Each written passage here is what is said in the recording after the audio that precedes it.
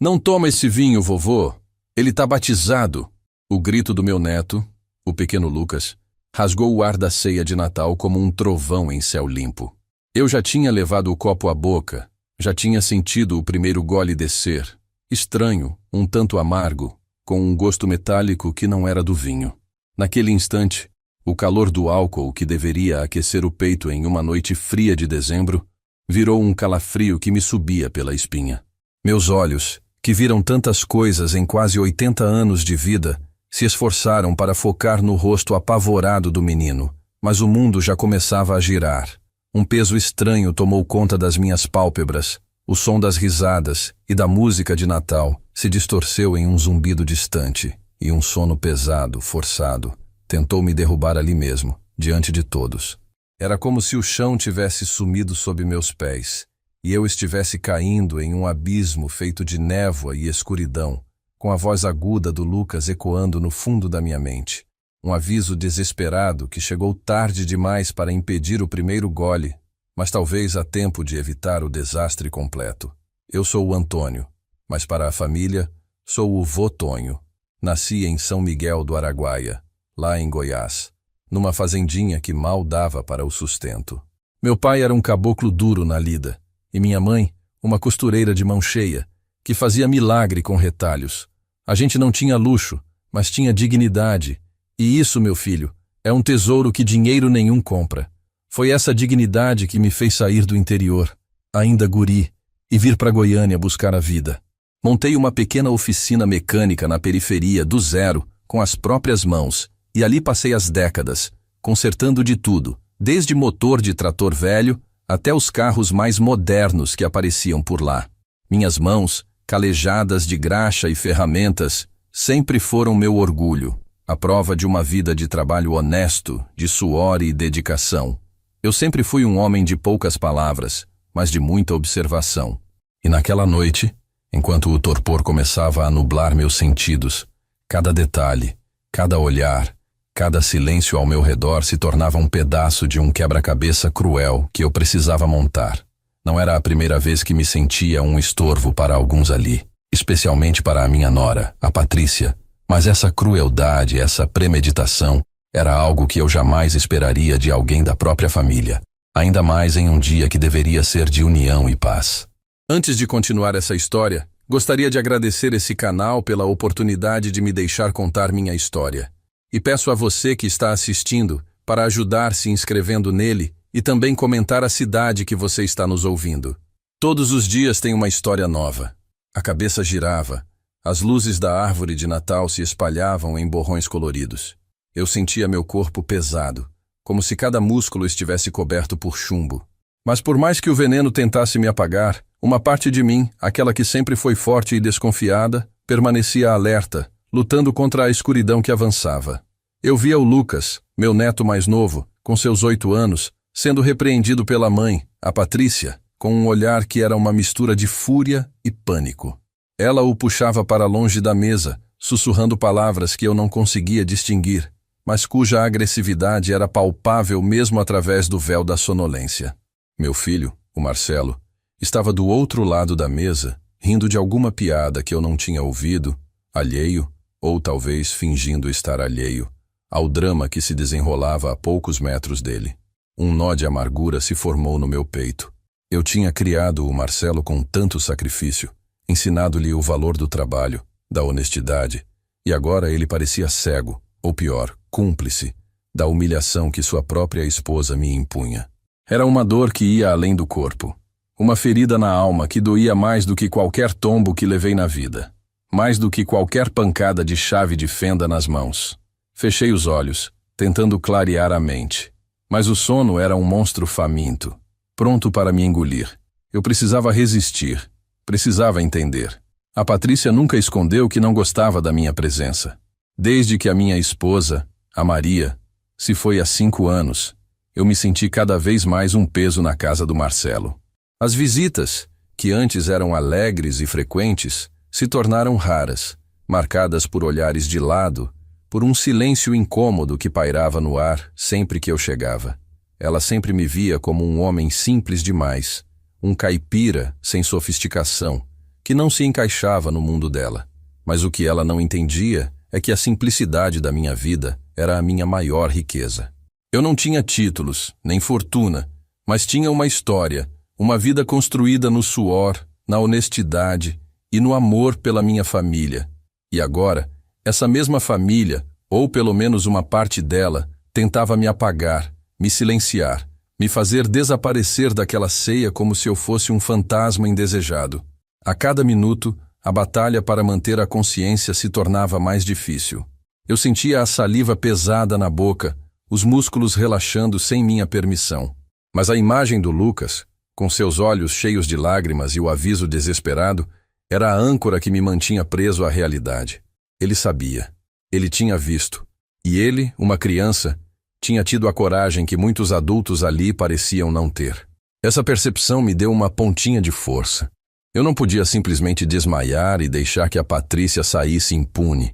Eu precisava ver, ouvir, entender a extensão daquela crueldade. Eu precisava saber o que ela pretendia. Qual era o objetivo de me dopar na frente de todos, em plena noite de Natal? O copo de vinho meio vazio ainda estava na minha mão, tremendo levemente. Eu o larguei devagar na mesa, fazendo um pequeno barulho que, para mim, soou como um tiro. Ninguém pareceu notar. A festa continuava, as risadas, a música, o burburinho. Mas para mim, a ceia de Natal tinha acabado de se transformar em um campo de batalha silencioso. E eu, o velho mecânico, estava prestes a descobrir que tipo de motor estava quebrado ali e como eu faria para consertá-lo. Ou, se fosse preciso, desmontá-lo peça por peça para que a verdade viesse à tona. Eu só precisava manter os olhos abertos por mais um pouco. Ou não? O mundo continuava a rodar, mas agora em câmera lenta, com as cores vibrantes da festa natalina se misturando em uma paleta turva de tons pastéis e opacos. Eu sentia meu corpo afundar na cadeira, um peso invisível me puxando para baixo, para a escuridão. Mas a imagem do Lucas, o desespero nos seus olhos, era um ferro em brasa que me impedia de apagar completamente. Eu precisava lutar contra aquele torpor. Precisava ver, ouvir, entender. Patrícia, com uma ferocidade que me pegou de surpresa, arrastou o menino para a cozinha. As palavras dela, embora abafadas pela distância e pela minha própria mente entorpecida, eram carregadas de uma raiva contida. Eu vi o Marcelo, meu filho, finalmente desviar o olhar da conversa animada com o cunhado. Um leve franzir de testa, um vislumbre de preocupação, talvez? Mas logo ele se virou novamente para a mesa, para o riso fácil, para a futilidade daquele momento, como se a cena com Lucas fosse apenas um pequeno inconveniente, um ruído na melodia da sua noite perfeita. Um gosto amargo, que não era do vinho, mas da decepção, invadiu minha boca. Era a mesma sensação que tive há tantos anos, quando o Marcelo, já um homem feito, me trouxe o carro dele, um Opala velho, com o motor completamente travado. Passei noites em claro na oficina, sujo de graxa, com as mãos cortadas, para que ele pudesse ter um meio de transporte para o trabalho. Lembro-me de cada parafuso, de cada peça que tive que refazer, do dinheiro que tirei do meu próprio bolso para comprar as peças mais caras, da minha esposa Maria me trazendo café na madrugada, preocupada com a minha saúde. Quando o Opala voltou a roncar como um motor novo, Marcelo apenas pegou as chaves, agradeceu com um aceno rápido e partiu, sem nunca olhar para as minhas mãos calejadas, sem nunca perguntar o preço do meu sacrifício, sem nunca sequer mencionar a Maria, que tanto se preocupara. Foi um motor consertado, mas uma gratidão que nunca veio, um reconhecimento que nunca existiu. E agora, a história se repetia, mas com um veneno bem mais sutil e cruel, servido em uma taça de cristal. Aquele flashback, nítido mesmo através da névoa do sonífero, me deu uma nova onda de raiva, um fogo que queimava por baixo do gelo. Não era a primeira vez que me sentia invisível para o Marcelo, um fantasma que só aparecia quando era conveniente, quando precisavam de um favor, de um conserto, de um conselho que depois seria ignorado. Mas a Patrícia levava essa indiferença a um nível diferente, um nível de crueldade ativa. Desde o casamento deles, ela sempre me tratou com uma frieza polida, um sorriso forçado que não alcançava os olhos.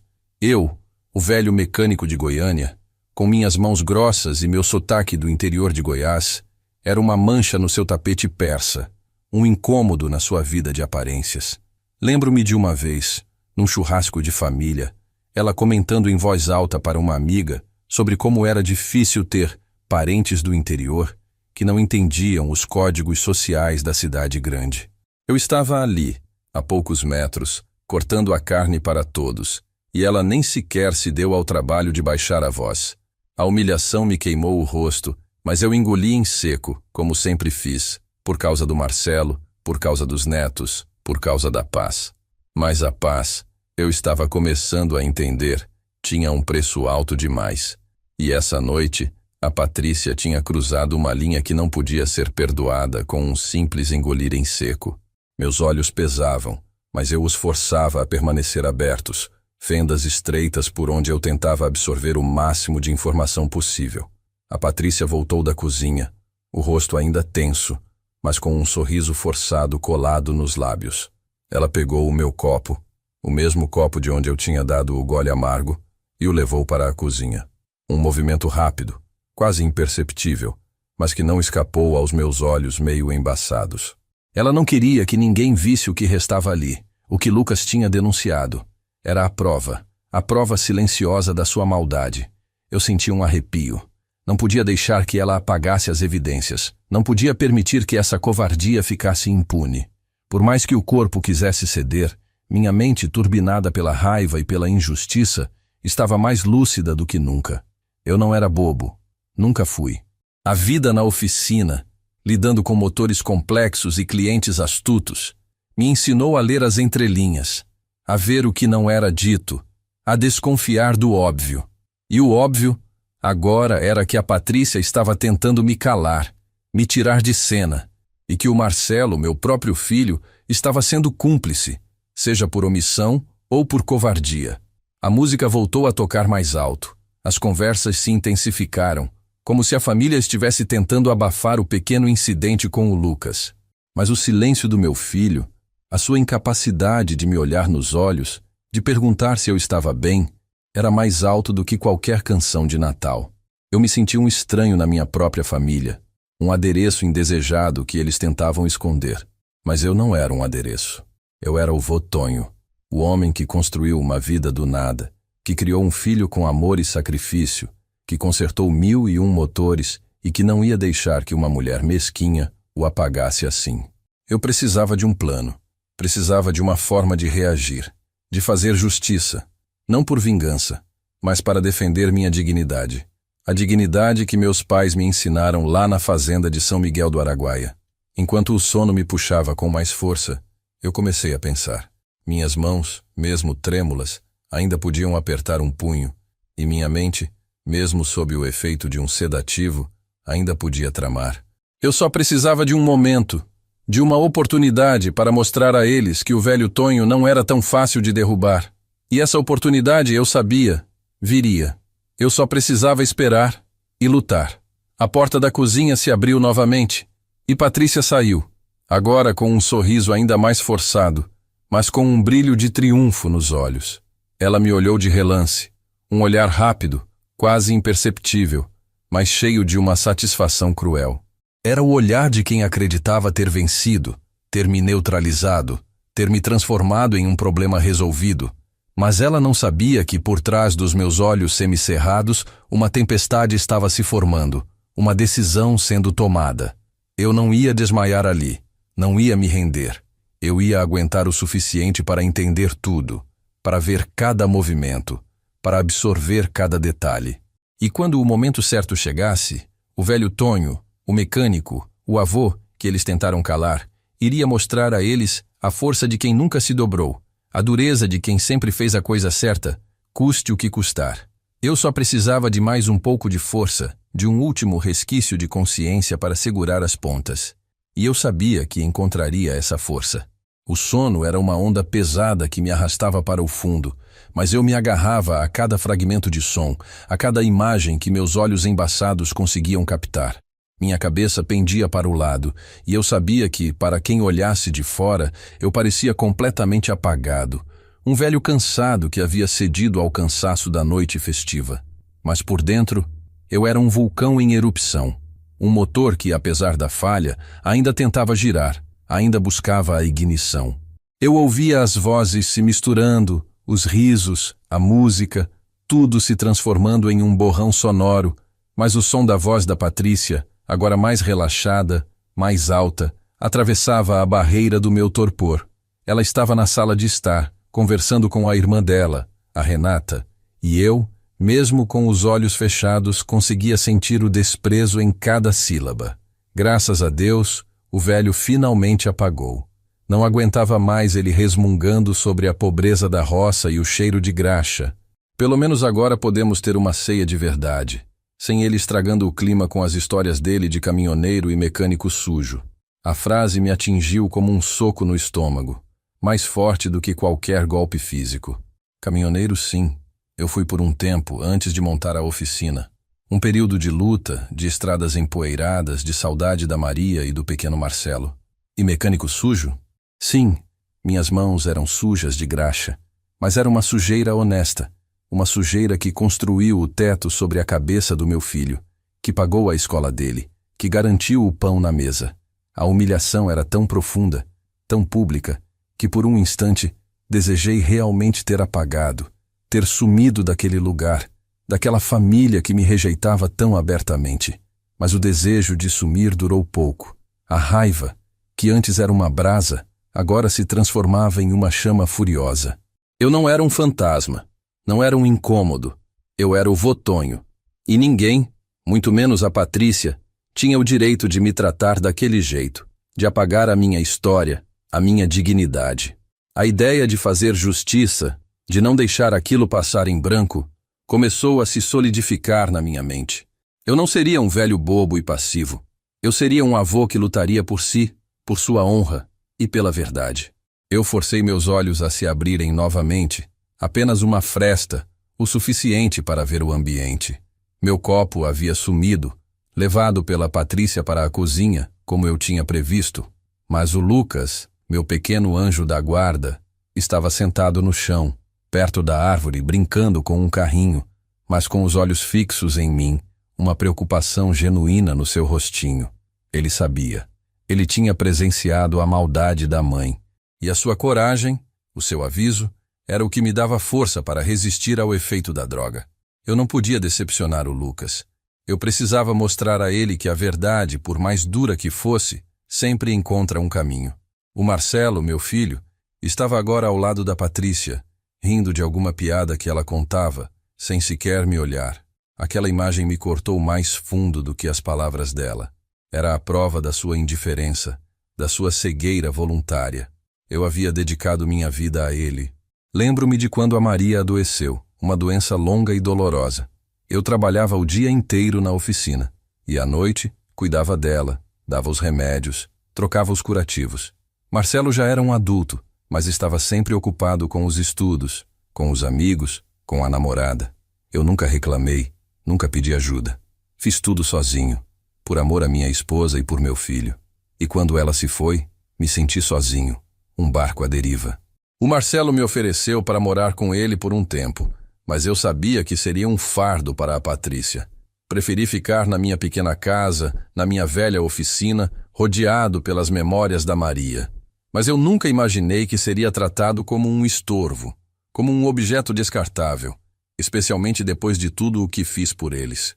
Eu precisava de uma prova, de algo concreto que pudesse usar. O copo, ela havia levado. Mas e a garrafa de vinho? Será que ela foi tão descuidada a ponto de deixar a garrafa?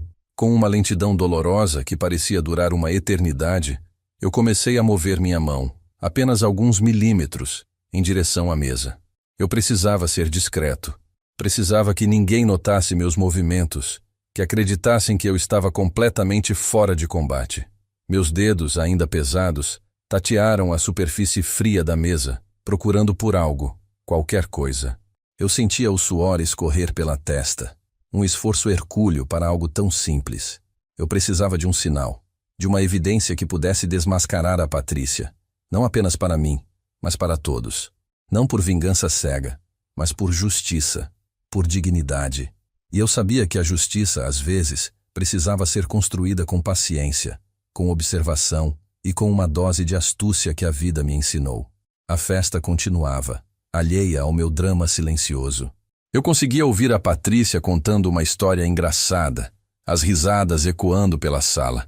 Ela estava se sentindo vitoriosa, aliviada por ter me tirado de cena. Mas ela subestimava o velho Tonho. Ela subestimava a força de quem já enfrentou a fome, a solidão, a dor da perda e sempre se levantou. Eu não era um homem de briga, mas era um homem de princípios. E um dos meus princípios era que a verdade, mais cedo ou mais tarde, sempre encontra seu caminho. Eu sentia que estava no limiar de um abismo, a ponto de perder a consciência de vez, mas eu me agarrava a uma promessa. Eu voltaria. Eu voltaria para mostrar a eles quem eu era de verdade, e que não se podia simplesmente descartar um homem honesto, como se fosse lixo. Minha mão finalmente encontrou algo na mesa, algo pequeno e frio, que eu consegui segurar com a ponta dos dedos. Não era a garrafa, mas era algo. Algo que, quem sabe, poderia ser o primeiro passo para desvendar a verdade e trazer à tona a crueldade daquela noite. Eu só precisava manter aquilo em segredo e esperar pelo momento certo para usá-lo. Meus dedos, trêmulos e pesados, conseguiram segurar o pequeno objeto que havia encontrado na mesa.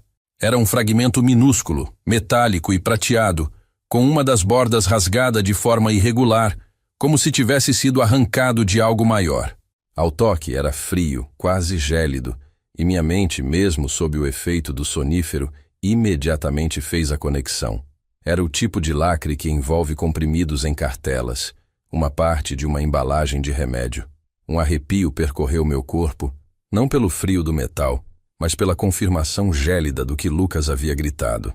A Patrícia não tinha apenas me servido vinho, ela tinha batizado a bebida com algo que visava me apagar, me silenciar, me remover daquela ceia como se eu fosse um defeito a ser corrigido. O fragmento em minha mão era a prova silenciosa, o pedaço de uma engrenagem quebrada que ela havia tentado esconder, mas que a pressa ou o descuido deixaram para trás. Eu o apertava com força, a dor nos meus dedos, agora um pouco mais lúcidos. Era um lembrete de que eu ainda estava ali, ainda consciente, ainda lutando. A imagem do rosto triunfante da Patrícia, misturada com o desespero do meu neto, era um combustível para a minha resistência. Uma força que me impedia de ceder completamente à escuridão que tentava me engolir. Eu sempre fui um homem de detalhes, de observar as pequenas coisas que passavam despercebidas aos outros. Na oficina, muitas vezes, o problema de um motor não estava na peça óbvia, mas em um parafuso frouxo, em um fio desencapado, em um vazamento minúsculo que só um olho treinado e atento conseguia identificar. Lembro-me de um caso, há uns 20 anos, quando um fazendeiro trouxe seu trator Massey Ferguson, reclamando que o motor engasgava em marchas mais altas. Ele já tinha levado em outras oficinas, trocado peças caras, e ninguém descobria o defeito. Passei dias com aquele trator, ouvindo o motor, sentindo as vibrações, cheirando o óleo. Desmontei o carburador umas 5 vezes, verifiquei cada mangueira, cada filtro, até que, numa tarde, enquanto eu passava a mão pelo motor, senti uma vibração quase imperceptível em uma pequena braçadeira de metal que segurava uma mangueira de combustível. Era tão sutil que eu quase ignorei, mas algo me disse para olhar mais de perto. Era uma rachadura microscópica, quase invisível a olho nu, que se abria apenas quando o motor atingia uma certa rotação, permitindo a entrada de ar e causando a falha. Ninguém tinha visto, ninguém tinha sentido, mas meu tato, minha experiência, minha persistência em buscar a verdade por trás do problema, me levaram a ela. Troquei a braçadeira e o trator voltou a roncar como novo. O fazendeiro ficou abismado, e eu, orgulhoso da minha capacidade de ver o que os outros não viam. E agora, aquele fragmento metálico em minha mão era a braçadeira rachada da Patrícia, a prova da sua intenção, a revelação da sua crueldade. A festa continuava, um espetáculo de falsidade e ignorância. Eu ouvia os risos, as conversas banais, o tilintar dos copos, e cada som parecia amplificado e distorcido pela droga, mas também pela minha indignação. Patrícia estava agora em pé, com um copo de champanhe na mão, brindando com o Marcelo e outros parentes. Seu sorriso era largo, quase um escárnio, e seus olhos, por um breve momento, cruzaram os meus. Havia um brilho de satisfação neles, uma certeza de que ela havia me vencido. Mas ela não sabia que o velho Tonho, o mecânico que via rachaduras invisíveis, tinha acabado de encontrar a dela. Meu filho, Marcelo, continuava alheio, ou fingindo alheio, à atenção que pairava sobre a mesa. Sua risada, antes um som de alegria, agora me soava oca, vazia de qualquer empatia ou preocupação. Era como se ele tivesse escolhido não ver, não sentir, não questionar. E essa escolha, para mim, era tão dolorosa quanto a própria traição da Patrícia. Eu havia ensinado a ele sobre honra, sobre o valor da família, sobre defender o que é certo. Mas ele parecia ter esquecido todas as lições, trocando-as por uma paz superficial e conveniente. Com a máxima discrição, eu enfiei o pequeno fragmento metálico no bolso da minha camisa, bem junto ao peito. Era um gesto lento, quase imperceptível, que exigiu toda a minha concentração e o último resquício de força. Aquele pedaço de metal era mais do que uma prova. Era um símbolo da minha resiliência, da minha capacidade de me reerguer, de não aceitar a injustiça. Eu não seria um velho abatido, jogado de lado, esquecido. Eu seria a engrenagem que, mesmo enferrujada, ainda tinha força para girar e desmascarar a falha no sistema. A Patrícia pensava que tinha me silenciado, mas ela apenas me deu um motivo para falar mais alto, para agir com mais determinação. Eu sentia o peso daquele fragmento contra a minha pele, um lembrete constante da batalha que eu estava travando. Não apenas contra a droga, mas contra a indiferença e a crueldade. A escuridão finalmente começou a me puxar com mais força. E eu sabia que não conseguiria resistir por muito mais tempo. Meus músculos relaxaram. Minha cabeça pendeu de vez. Mas antes que o sono me tomasse por completo, uma última imagem passou pela minha mente. O rosto assustado do Lucas. Ele confiou em mim. Tentou me avisar. Eu não podia decepcioná-lo. Eu precisava acordar. E quando o fizesse, eu teria um plano. Eu não sabia como, nem quando, mas eu faria justiça. Não por vingança, mas para restaurar a dignidade que tentaram me roubar. Para mostrar a eles que o valor de um homem não está no que ele possui, mas no que ele é. E o vô Tonho, o velho mecânico de Goiânia, ainda tinha muito a mostrar. A ceia de Natal poderia ter me derrubado, mas não me venceria. Eu fechei os olhos, mas minha mente, agora com o fragmento no bolso, estava mais acordada do que nunca, planejando cada movimento, cada palavra, para a hora em que eu pudesse finalmente me levantar e confrontar a verdade. A escuridão foi densa, um vazio profundo que me engoliu por horas.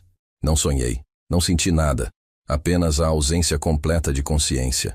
Quando comecei a emergir, foi como se eu estivesse subindo de um poço escuro, cada centímetro uma luta contra o peso que ainda me prendia. A primeira coisa que percebi foi o silêncio. Um silêncio pesado, diferente do burburinho da festa que eu lembrava. Abri os olhos lentamente. A luz fraca da manhã que filtrava pelas cortinas me ferindo a vista. Eu estava deitado no sofá da sala, coberto com uma manta. A casa estava vazia, ou pelo menos parecia. Nenhum sinal da festa, nenhum vestígio dos risos e da música. Apenas o cheiro residual de comida e de um perfume adocicado pairando no ar. A cabeça latejava, uma dor surda e insistente, e a boca estava seca, com um gosto metálico e amargo que me lembrava o gole fatídico. Sentei-me com dificuldade, sentindo cada músculo do corpo protestar. O torpor ainda não tinha passado completamente, mas a lucidez começava a retornar, trazendo consigo o peso da humilhação da noite anterior. E com a lucidez veio a lembrança do fragmento metálico no meu bolso. Passei a mão pelo peito e, para meu alívio, senti a pequena protuberância do fragmento de lacre. Ele ainda estava lá, a prova silenciosa da maldade da Patrícia. Aquele pedacinho de metal era meu fio de Ariadne, me guiando para fora do labirinto de confusão e dor. Senti um misto de raiva e determinação. Eu não era um homem de meias palavras, mas também não era de explosões. Eu era de observação, de paciência, de construir a verdade peça por peça, como se estivesse montando um motor. E agora, eu tinha a primeira peça. Levantei-me devagar, sentindo as pernas bambas, e fui até a cozinha. A pia estava cheia de louça suja, resquícios da ceia. Na mesa havia um bilhete, escrito com a letra elegante da Patrícia. Vô Tonho, o Marcelo te levou para o sofá. Fomos para a chácara. Voltemos à noite. Não se preocupe, a empregada vem para limpar. Tem café na garrafa térmica. Nenhuma pergunta sobre como eu estava. Nenhuma menção ao meu mal-estar. Muito menos ao grito do Lucas. Apenas a frieza de quem queria se livrar do problema e seguir em frente, como se nada tivesse acontecido. Era a prova final da sua indiferença e da indiferença do meu filho. Aquele bilhete, tão formal e distante, me fez lembrar do olhar da minha Maria. Ah, a Maria. Ela era a luz da minha vida, a força que me impulsionava. Sempre que eu voltava da oficina cansado, sujo de graxa, ela estava lá, com um sorriso, um prato de comida quente e aquele olhar. O olhar dela era um porto seguro, cheio de compreensão, de carinho, de uma sabedoria que não precisava de palavras. Ela via a minha alma, entendia meus silêncios e sabia quando eu precisava apenas de um abraço. Quando ela adoeceu, eu me senti desmoronar. Passei noites em claro ao lado dela, segurando sua mão, rezando. Ela nunca reclamou da dor, nunca deixou de me dar aquele olhar de amor, mesmo quando o sofrimento era visível em seu rosto. E no dia em que ela se foi, com os olhos fixos nos meus, eu senti um pedaço de mim morrer. Eu prometi a ela, naquele dia, que eu seria forte, que eu cuidaria do Marcelo, que eu continuaria a viver com a dignidade que ela tanto valorizava. E agora, olhando para o bilhete frio da Patrícia, senti a falta do olhar da Maria mais do que nunca. Ela teria visto a maldade, teria me defendido, teria me dado a força para enfrentar aquela situação. A lembrança dela me deu um novo fôlego, um novo propósito. Eu não estava apenas lutando por mim, mas também pela memória dela, pelos valores que ela me ajudou a construir. Fui até o banheiro, joguei um pouco de água fria no rosto, tentando afastar o restante do torpor. Ao me olhar no espelho, vi um velho com rugas profundas, olhos cansados, mas com um brilho de determinação que eu não via há muito tempo. O Tonho mecânico, o Tonho agricultor, o Tonho caminhoneiro estava de volta. Eu não podia simplesmente aceitar a humilhação. Eu precisava agir, mas com inteligência, com a astúcia que a vida me ensinou. Não era sobre vingança, mas sobre justiça. Eu não queria machucar ninguém, mas queria que a verdade viesse à tona, que a Patrícia fosse confrontada com a sua crueldade e que o Marcelo, meu filho, abrisse os olhos para o que estava acontecendo bem debaixo do seu nariz. A solidão da casa era opressora, mas ao mesmo tempo me dava a liberdade para pensar, para planejar. Eu precisava de mais evidências, de algo que, junto com o fragmento, formasse uma prova irrefutável. Enquanto a empregada não chegava, eu decidi fazer uma pequena investigação. Andei pela sala, pela cozinha, procurando por algo que pudesse ter sido esquecido, alguma pista por menor que fosse. Meus olhos de mecânico, acostumados a procurar por rachaduras invisíveis e parafusos frouxos, varriam o ambiente com uma atenção renovada. Eu sabia que a Patrícia era descuidada em sua pressa para me apagar, e gente descuidada sempre deixa rastros. Fui até a lixeira da cozinha, com um certo receio, mas a necessidade de justiça era maior que qualquer nojo. Mexi nos restos da ceia, nas embalagens de comida, nos guardanapos amassados, e então, no fundo, sob um amontoado de papel, encontrei uma cartela de remédios vazia, com 2 comprimidos faltando. Era exatamente do mesmo tipo do fragmento que eu tinha no bolso. A marca, o nome do medicamento, tudo indicava um sedativo potente, daqueles que deixam a pessoa completamente apagada. A Patrícia tinha sido mais descuidada do que eu imaginava. Peguei a cartela vazia, com cuidado, e a guardei junto com o fragmento metálico. Agora eu tinha 2 provas, 2 peças do motor quebrado. A Patrícia havia tentado me silenciar, me fazer desaparecer, mas ela havia subestimado o velho Tonho. Ela havia subestimado a força da dignidade, a persistência da verdade. Eu não sabia o que faria com aquelas provas, nem como as usaria, mas eu sabia que não as guardaria para sempre. Chegaria o momento em que eu as apresentaria, não com raiva, mas com a calma de quem sabe que a justiça, mesmo que demore, sempre chega. Aquele dia, que começou com a dor da humilhação, estava se transformando em um dia de descoberta e de reafirmação. Eu não estava sozinho. A memória da Maria estava comigo, e a coragem do Lucas me impulsionava. Eu não seria mais o velho Tonho silencioso, o estorvo que eles tentavam apagar. Eu seria a voz da verdade, e a Patrícia e meu filho iriam me ouvir. Com as provas em mãos, o fragmento metálico e a cartela vazia, eu me senti um pouco mais forte, menos vulnerável. Mas a dor da traição e da indiferença ainda apertava meu peito. A solidão na casa do meu filho era quase palpável, e eu sabia que não podia ficar ali esperando o retorno deles, como se nada tivesse acontecido. Eu precisava ir para minha própria casa, para o meu refúgio, para o lugar onde a memória da Maria ainda era viva e onde eu podia pensar com clareza. Antes de sair, porém, uma intuição, daquelas que a vida na roça e na oficina me ensinaram a confiar, me impulsionou a fazer uma última verificação. A Patrícia era uma mulher de segredos, e gente assim, muitas vezes, guarda coisas em lugares óbvios, esperando que ninguém os procure. Meus olhos de mecânico, acostumados a procurar por ferramentas perdidas e peças escondidas, varreram a sala novamente. Foi então que meu olhar pousou em um pequeno armário de bebidas, fechado com chave, que ficava no canto da sala. Aquele armário era uma peça de mobília antiga, um presente de casamento da Patrícia para o Marcelo, segundo ela. Eu nunca tinha visto a chave, mas a intuição era forte demais para ser ignorada. Eu me aproximei, tateei a madeira entalhada, e então, com um movimento quase automático, meus dedos encontraram uma pequena reentrância na parte de trás da moldura. Era uma chave minúscula, escondida ali, à vista de todos, mas invisível para quem não soubesse procurar. Um sorriso amargo surgiu nos meus lábios.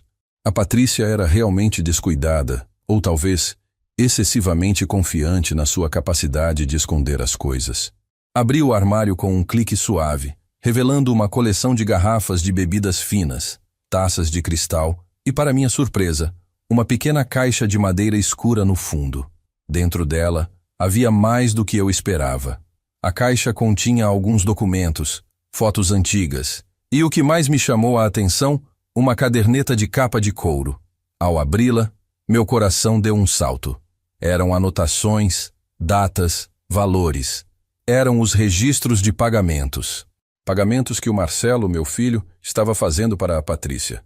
Mas não eram pagamentos comuns. Eram valores altos, mensais, com a descrição manutenção do imóvel. O imóvel em questão era a minha casa. A casa que a Maria e eu construímos com tanto suor. A casa que era o meu único patrimônio. A Patrícia estava cobrando aluguel de mim, através do meu próprio filho, sem que eu soubesse. Uma onda de choque e indignação me atingiu. Eu sempre soube que ela não gostava da minha casa, que achava ela simples demais, velha demais. Mas cobrar aluguel escondido do meu próprio filho era uma traição ainda maior do que o vinho batizado.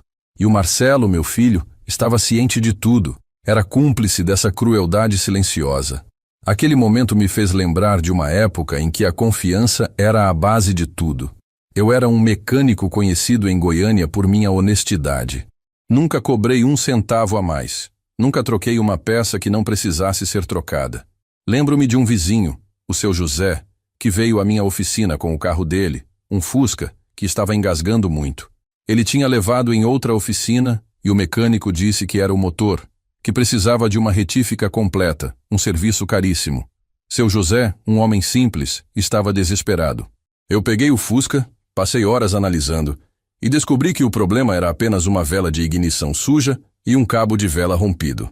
Troquei as peças, cobrei um valor justo, e o Fusca voltou a rodar como novo. Seu José chorou de alívio, e eu me senti orgulhoso de ter feito a coisa certa, de ter defendido a confiança que ele depositou em mim. E agora, meu próprio filho, o Marcelo, estava quebrando essa confiança, agindo de forma desonesta, em conluio com a Patrícia. A dor daquele momento era profunda, uma ferida que parecia nunca cicatrizar. Peguei a caderneta e a guardei, junto com as outras provas.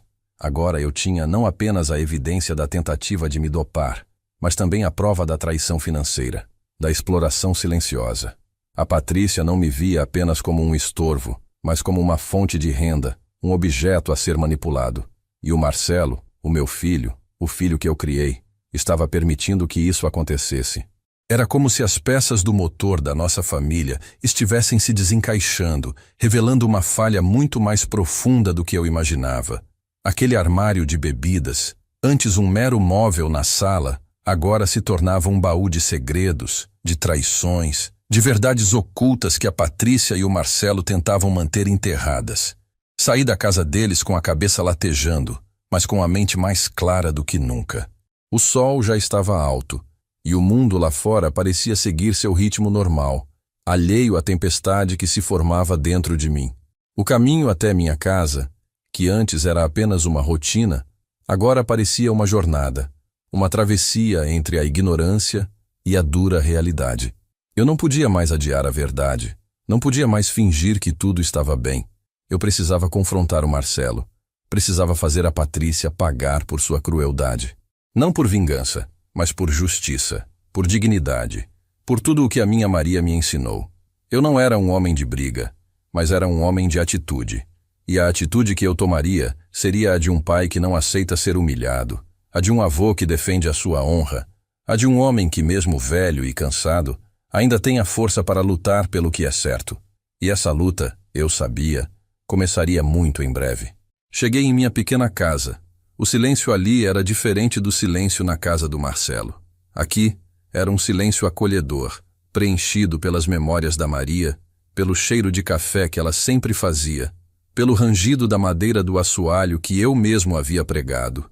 Sentei-me na minha velha poltrona de couro, a mesma onde a Maria costurava e eu lia o jornal, e espalhei as provas sobre a mesinha de centro, o fragmento metálico, a cartela vazia do sedativo e a caderneta de capa de couro com os registros de pagamentos. As evidências estavam ali, frias e irrefutáveis, mas o peso no meu peito era maior do que a satisfação de tê-las encontrado. Era a dor da decepção, da traição vinda de onde eu menos esperava. Meu próprio filho, o Marcelo, cúmplice da Patrícia. Comecei a caminhar pela casa, sentindo cada passo ecoar no assoalho. Meus olhos paravam em cada objeto, cada fotografia, e cada um deles me trazia uma lembrança, um pedaço da minha história. Na parede da sala, uma foto antiga, amarelada pelo tempo, mostrava eu, a Maria e o Marcelo, ainda criança, em frente à minha primeira oficina, em Goiânia. Eu sorria, orgulhoso do meu pequeno negócio, da minha família. Maria, com seu vestido de chita e o cabelo preso em uma trança, me olhava com aquele amor que só ela sabia ter. E o Marcelo, com seus olhos curiosos, segurava uma chave de fenda de brinquedo, imitando o pai. Eu me lembrava daquele dia como se fosse ontem. A oficina era meu sonho, meu sustento, o lugar onde eu forjava meu futuro e o futuro da minha família. Passei noites em claro, consertando motores, aprendendo cada detalhe, cada truque do ofício. E a Maria, sempre ao meu lado, me apoiando, me dando força. Aquela foto era um testemunho de uma vida de luta, de amor, de sacrifício. E agora, tudo isso parecia ter sido jogado no lixo pela indiferença e pela ganância. Sentei-me no quintal, sob a sombra da mangueira que plantei quando o Marcelo nasceu. O vento balançava as folhas e eu senti como se a Maria estivesse ali, sussurrando em meus ouvidos. "O que você faria, Maria?" E perguntei ao vento em voz baixa, sentindo a garganta apertar. Como eu devo agir? Como um pai que perdoa? Ou como um homem que busca justiça? Eu sempre fui um homem de poucas palavras. Mas naquele momento, o diálogo interno era intenso. Uma batalha entre a raiva e a compaixão. Entre o desejo de revidar e a sabedoria de buscar a verdade. Eu me lembrava das palavras da Maria, repetidas tantas vezes. "Antônio, a verdade sempre vem à tona, e a justiça, mesmo que demore, sempre encontra seu caminho. Mas não deixe o ódio te consumir, porque ele corrói a alma." As palavras dela ecoavam na minha mente, um guia, um farol na escuridão. Eu não podia me deixar levar pela raiva, pela amargura. Eu precisava agir com a cabeça fria, com a mesma precisão que usava para consertar um motor complexo. O sol começava a se pôr, pintando o céu de laranja e roxo, e eu ainda estava ali, no quintal, refletindo sobre o que faria. Eu tinha as provas, tinha a verdade, Mas como apresentá-las? Como confrontar meu filho sem destruir completamente o que restava da nossa relação? E como lidar com a Patrícia, com a sua maldade tão calculada? Eu não queria uma briga, um escândalo. Eu queria que eles entendessem a gravidade do que fizeram, o quanto me machucaram. Eu queria que o Marcelo, meu filho, enxergasse a mulher que ele tinha ao seu lado e o pai que ele estava perdendo. A ideia de ir à polícia, de denunciá-los, passou pela minha mente. Mas a dor de expor meu próprio filho, de manchar o nome da nossa família, era insuportável. Eu precisava encontrar um caminho que trouxesse justiça, mas que também preservasse um mínimo de dignidade, um resquício de esperança para o futuro. De repente, um barulho na rua me tirou dos meus pensamentos. Era o seu Pedro, meu vizinho e amigo de longa data, um aposentado da ferrovia, que estava regando as plantas do seu jardim. Ele me viu ali, cabisbaixo, e veio até a cerca. "Tudo bem, Tonho? Você não parece muito bem. A festa de Natal foi pesada, é?" Ele sorriu, mas seus olhos, acostumados a ver a vida passar pelos trilhos, perceberam minha angústia. Eu, que sempre fui reservado, senti uma vontade imensa de desabafar, de compartilhar o peso que carregava. Seu Pedro era um homem bom, um confidente, alguém que me conhecia há décadas, desde que eu cheguei em Goiânia. Ele viu o Marcelo crescer, viu a Maria adoecer, viu minha luta para manter a oficina. Ele era um pedaço da minha história, um elo com a minha dignidade. Olhei para ele, para o seu rosto marcado pelo tempo, mas com um brilho de bondade nos olhos. E pela primeira vez desde a noite anterior, senti uma pontinha de esperança. Talvez eu não precisasse carregar esse fardo sozinho.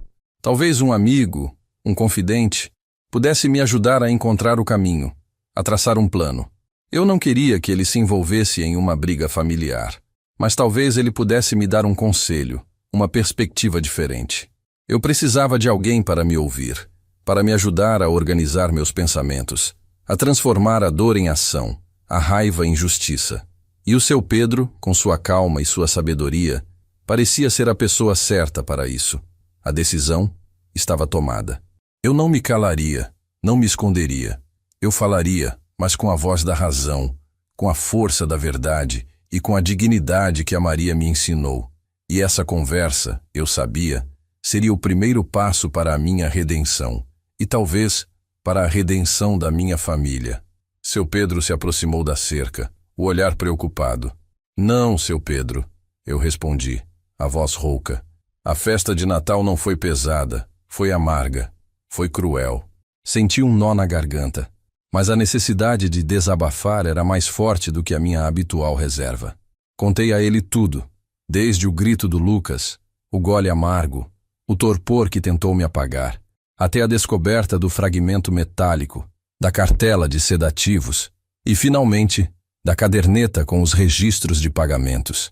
Seu Pedro me ouvia em silêncio, seus olhos fixos nos meus, a expressão mudando de preocupação para choque e depois para uma indignação contida. Ele era um homem íntegro, um antigo maquinista que viu muita coisa na vida, e a desonestidade e a crueldade eram coisas que ele não tolerava. "Tonho, meu amigo", ele disse, a voz baixa e firme, "isso é grave, muito grave.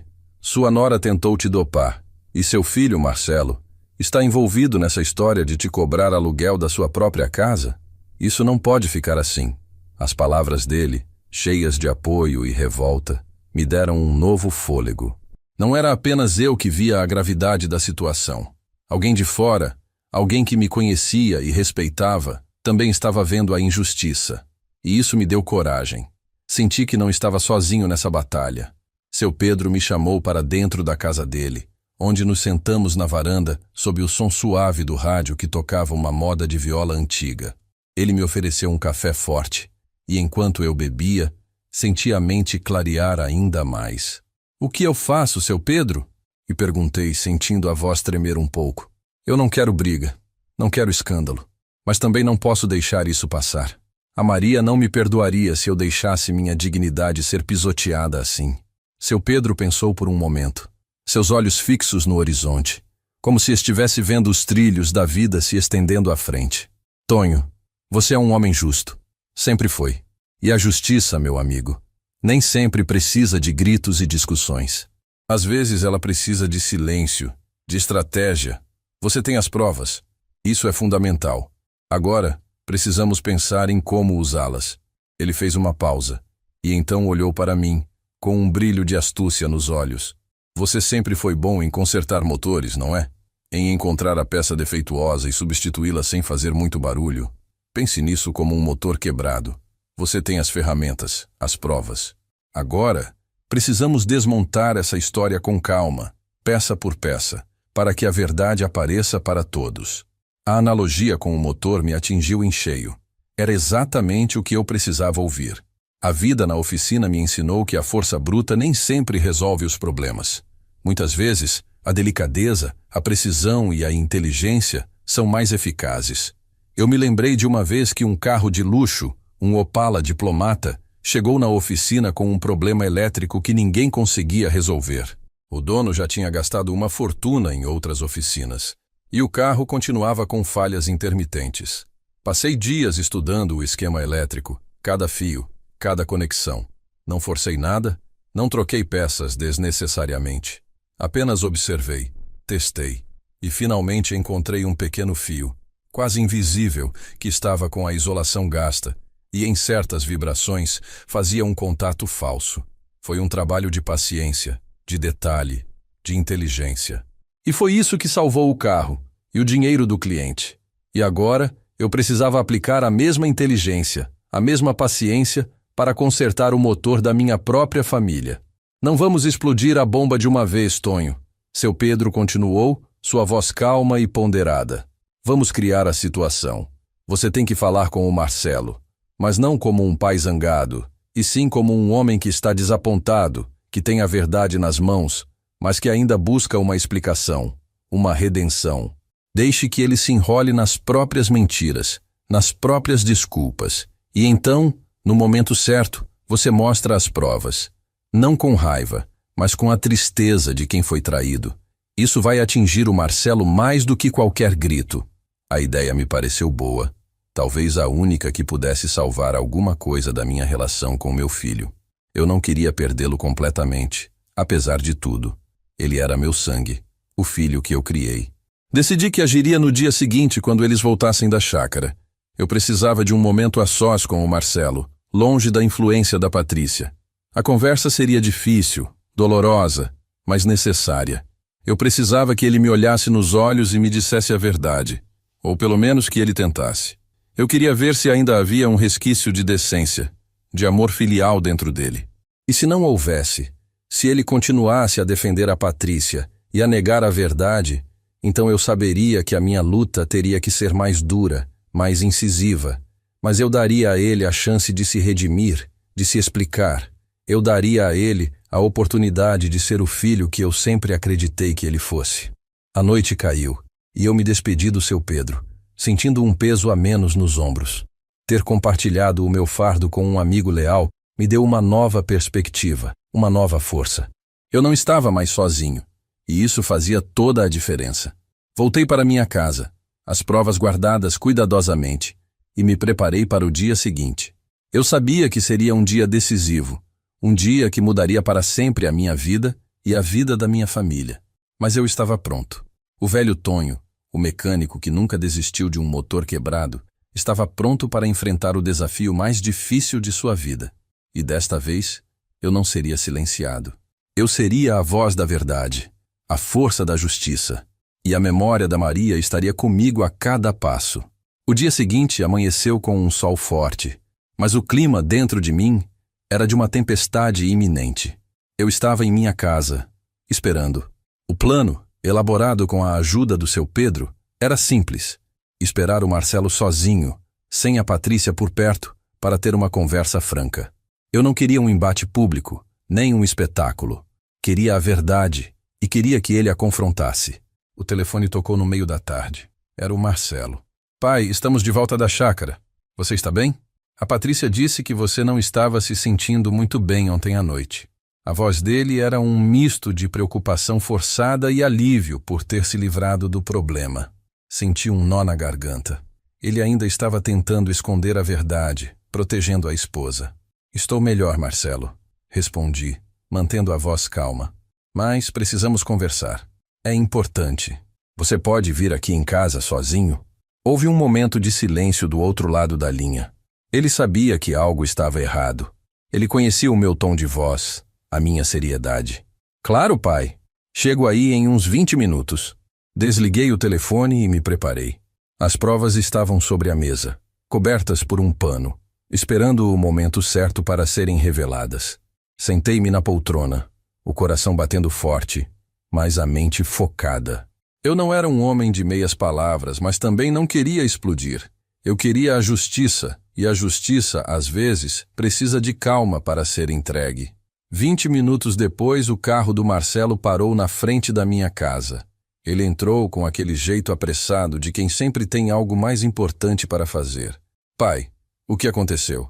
A Patrícia ficou preocupada com você. Disse que você desmaiou na ceia. Ele tentou manter a fachada, a mentira. Eu o olhei nos olhos, fixamente. Marcelo, senta! Precisamos conversar sério. Ele sentou, um pouco desconfortável, e eu comecei a falar, com a voz calma, mas firme. Ontem à noite, na ceia de Natal, seu filho, o Lucas, me salvou. Ele gritou que o vinho estava batizado.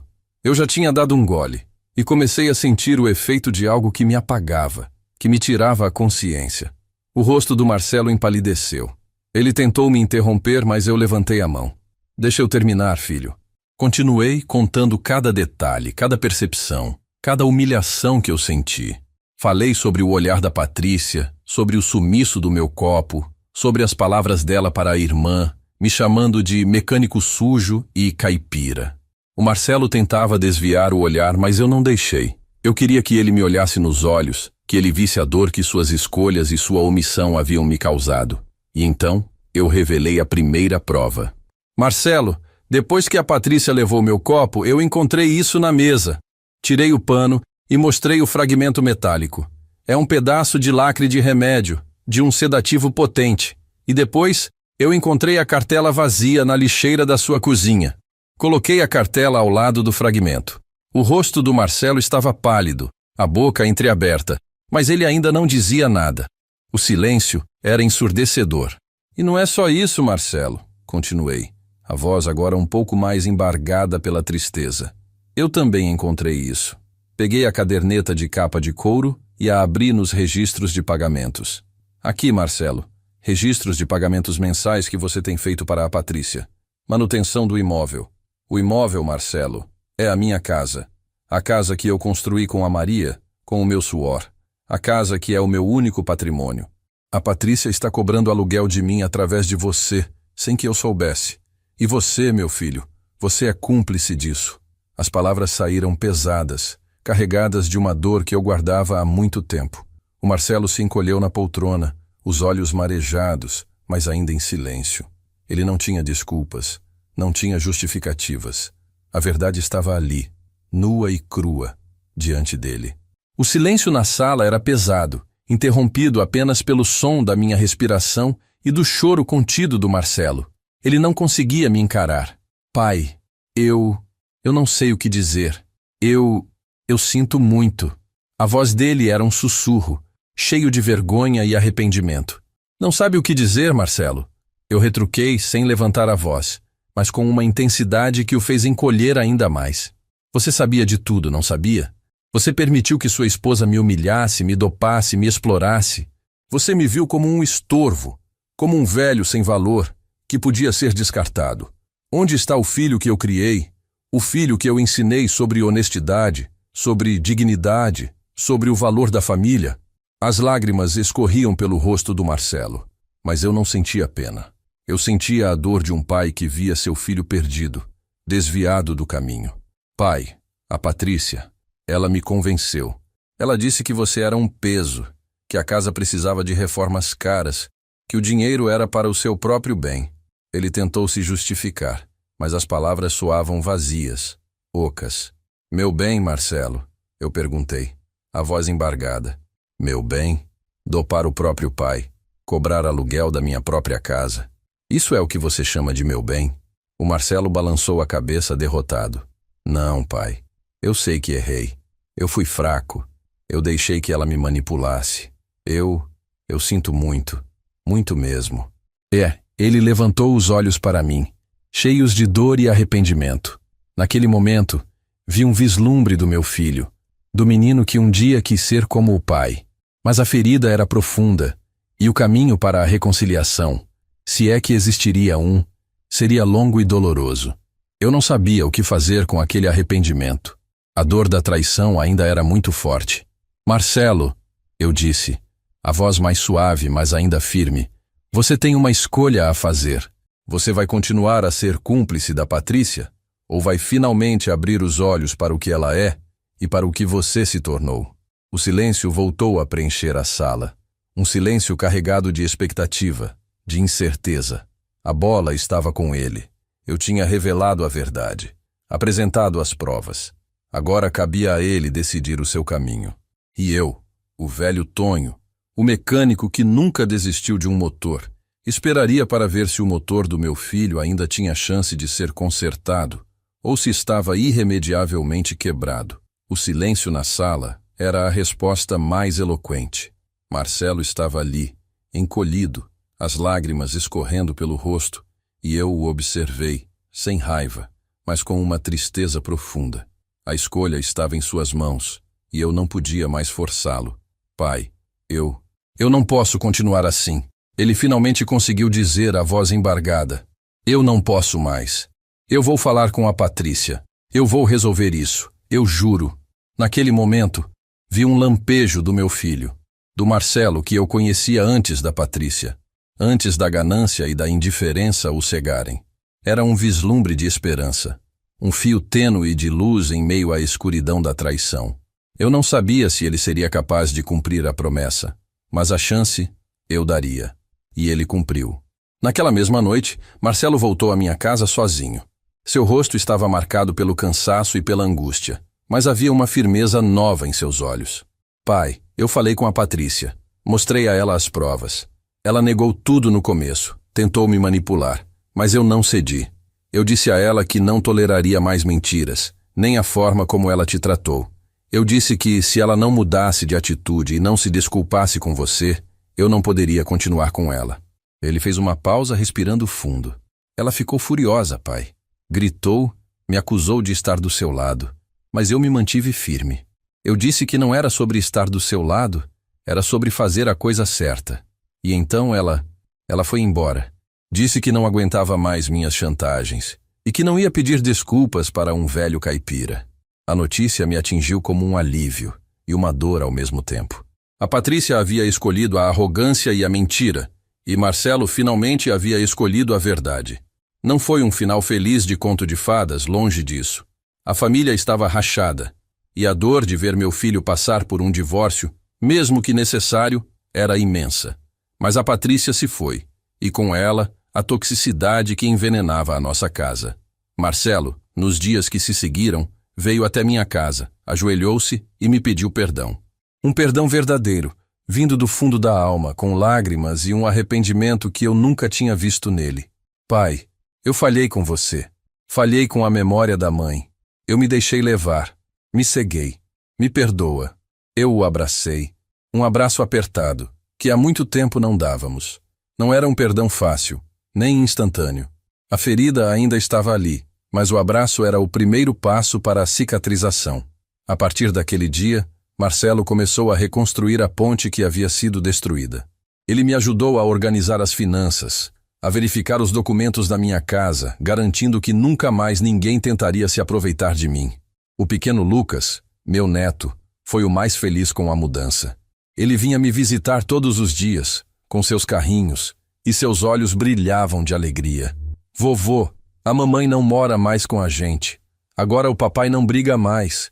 E você pode vir jantar na nossa casa quando quiser. O sorriso dele, puro e inocente, era o meu maior bálsamo. Ele não sabia de todos os detalhes da briga, mas sentia a paz que havia retornado. E eu, o velho Tonho, senti que a justiça de fato tinha encontrado seu caminho. Não foi uma justiça com vingança, mas com a verdade e a restauração da dignidade. A Patrícia se afastou, levando consigo sua maldade, e Marcelo, mesmo com a dor da separação, começou a trilhar um novo caminho, um caminho de honestidade e respeito. A vida seguiu seu curso, e eu continuei na minha pequena casa, com minhas memórias e minha dignidade intactas. A oficina, que eu havia fechado há alguns anos, agora era um lugar onde eu passava o tempo, consertando pequenas coisas para os vizinhos, ensinando ao Lucas os segredos dos motores. Ele, com seus olhos curiosos, me lembrava de um Marcelo mais novo, um Marcelo que ainda não havia sido corrompido. E eu, com minhas mãos calejadas, sentia que estava passando não apenas o conhecimento mecânico, mas também as lições de vida que a Maria me ensinou. A importância da honestidade, da resiliência e da verdade, por mais difícil que ela seja. Essa história, meu caro, não é sobre ódio. É sobre a luta pela dignidade, pela verdade e pela capacidade de se reerguer, mesmo quando a dor vem de quem você menos espera. É sobre entender que nem todo feliz para sempre é um conto de fadas, mas que a paz e a justiça podem ser encontradas, mesmo em meio a cicatrizes. Eu aprendi que, por mais que tentem te calar, te apagar, a sua voz, a sua história, a sua essência são as suas maiores ferramentas. E que um pai, por mais que o filho erre, nunca perde completamente a esperança de vê-lo voltar ao caminho da luz. Então, meu amigo, se você está ouvindo essa história, e se ela tocou seu coração, saiba que a vida é feita de desafios, de perdas, de injustiças, mas é também feita de superação, de reconciliação e da força que reside em cada um de nós para lutar pelo que é certo. Não se curve diante da maldade, não se cale diante da injustiça.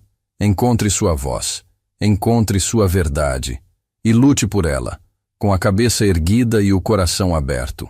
Porque no final das contas, o que realmente importa não é o que os outros fazem com você, mas o que você faz com o que os outros fazem com você. Comenta aí se isso já aconteceu contigo, ou com alguém da sua família. Alguém precisa ouvir essa história.